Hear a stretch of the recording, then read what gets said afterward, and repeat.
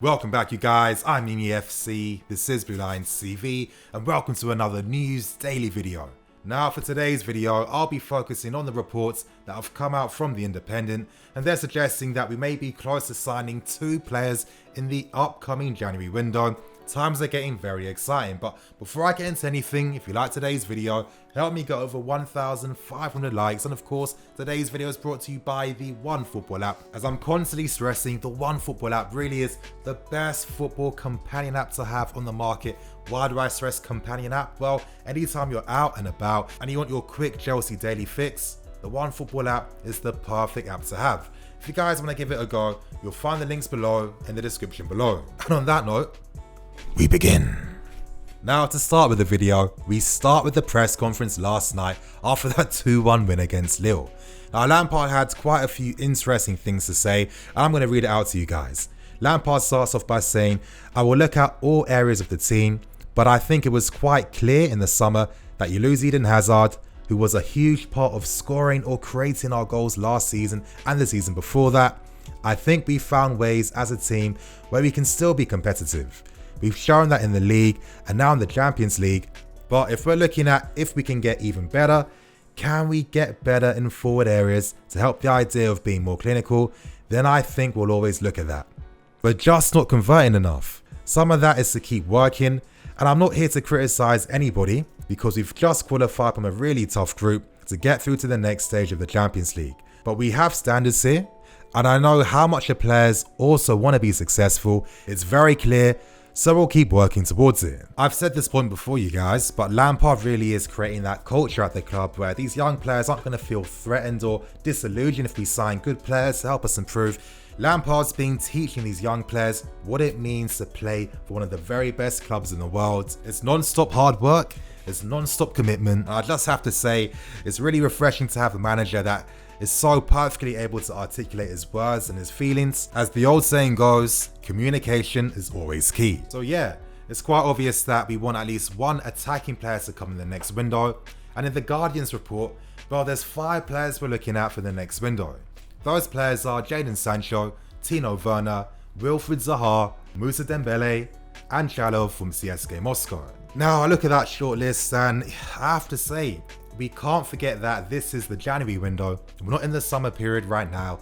I feel like some of these targets just aren't attainable during this time of the year. And it makes a lot of sense. I mean, do a lot of clubs want to sell their best players halfway through a season? Of course not. When you realize that if you're really desperate to sign a really big player, well, you're really going to have to overspend by a ton. And is that really the smartest thing to do when in about 5 months' time, the summer window opens again?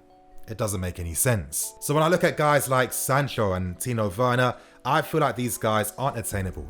When I look at Chalov, I see him as a guy that's part of the shortlist, but I don't see him as the #1 priority to sign. Dembele from Lyon could be a possibility, but would Lyon want to sell the player? Potentially. And of course, that leaves us with the most realistic target, and that's Wilfried Zaha. But Zaha may not be the only realistic target, because it's looking very likely that Nathan AKE could be signing alongside with Zaha. If AKE signs, I can imagine that the club would let Marcos Alonso most likely leave on loan because he is on a very big contract. He does have many years on his contract as well. It's going to be very difficult to get rid of him. Who knows what happens? Hopefully Barcelona come through with a loan bid. Now, reports back in the day suggested that Barcelona were potentially looking at Marcos Alonso to play as a left centre-back, and when you look at his dimensions, that could be a possibility. And let's hope Barca come through, or anyone. Conte, please do us one more favour, come through and take Marcos Alonso. But you guys, to get serious now, I end things with the final part for today's video. And of course, that's the question, is AKE and Zaha good enough to play for us? Now I understand that Zaha's not really tantalising the fan base as much. I understand that the fan base wants bigger players like your Sanchos or even Ziyech. And you guys know yourselves, I'm a big fan of Ziyech. Last season, how many videos did I do talking about the player? When I did my 7 targets to replace Eden Hazard, I had Hakim Ziyech as one of those options because he's a great player. And in that sense, he is a bit De Bruyne-esque for me in the sense that both players play a high volume of very risky passes. Of course, De Bruyne's accuracy is a bit better, but that's going to happen when you've got better attacking players supporting you. Ajax, very good team, but they're not on the same level as Man City.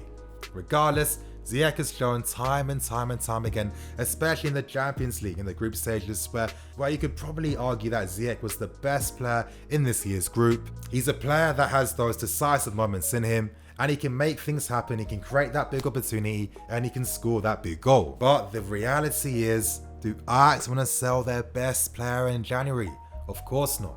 Now, Ziyech has been promised that he can leave at the end of the season, so he'd be in no rush to ruin anything at Ajax. His best bet is to just remain there and keep working hard and just, playing his football. We don't like to accept it, but in January, it really is hard to sign the number one options you want.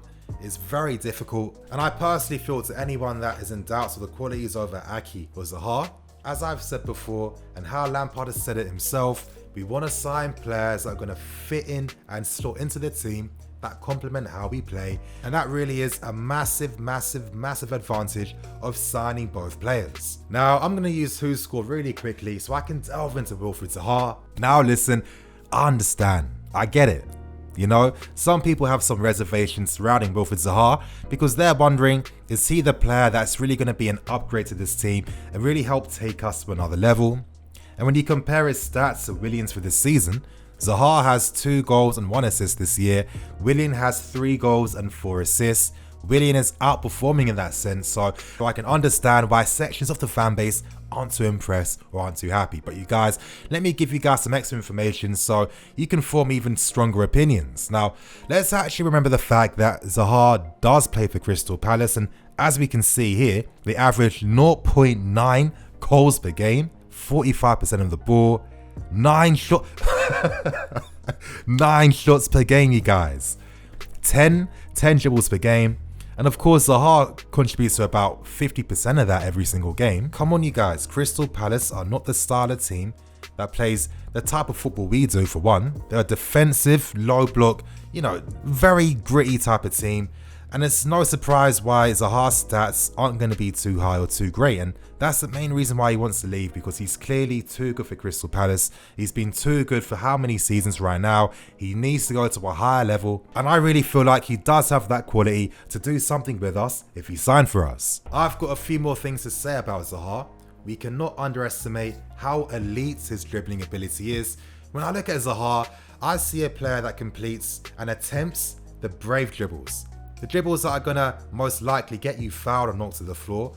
And is it any surprise that Zaha is one of the most fouled players every single season? Of course not. Now, we used to have a very special player called Eden Hazard last season who was renowned for constantly being a magnet for fouls. And how often did it work in our favour?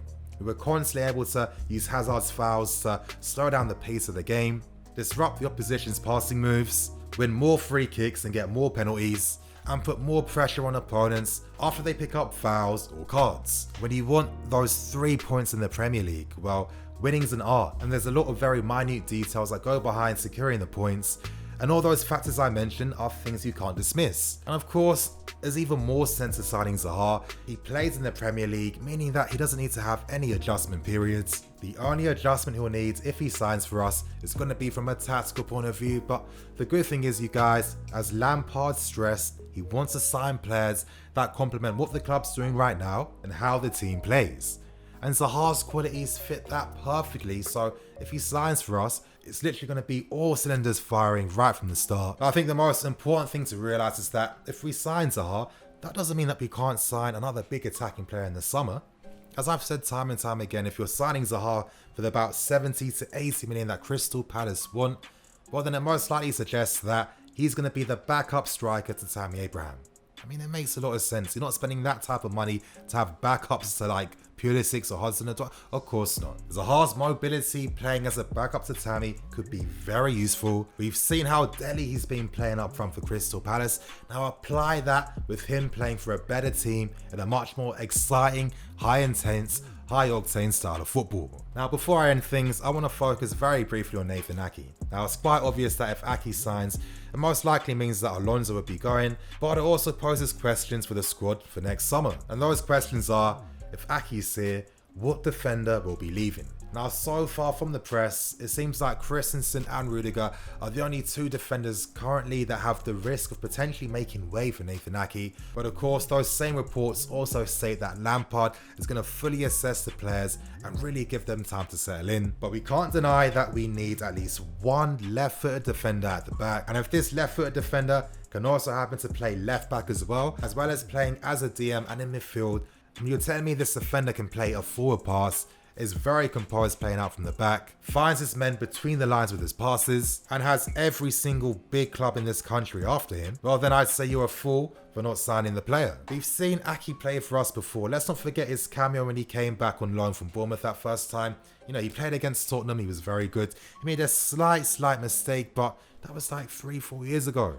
He's matured, he's become a much better player, and as I'm stressing, if every single big club in this country is after him, well, it tells you something very obvious. You guys, that's going to be me for today. Personally, I'm okay with Nathan AKE and Zaha coming in. I think they'd be a good boost for the squad as the season goes on. I mean, you know, things are going to get even rougher for the second part of the season. We've got the FA Cup, we've got a Champions League run as well, and these players could really play a part in helping us have that consistent quality firing on all lines. But you guys, as I said, I'm going to keep things moving now. In the comment section below, give me your thoughts and opinions. Are you happy to see Nathan AKE or Zaha? And if you're not, please comment your replacements for those two players. I'm definitely going to read them. But you guys, I'm going to keep things moving now. Thank you for watching. Please like, comment and subscribe. I'm EFC. This is Brilliant CV. See you guys tomorrow.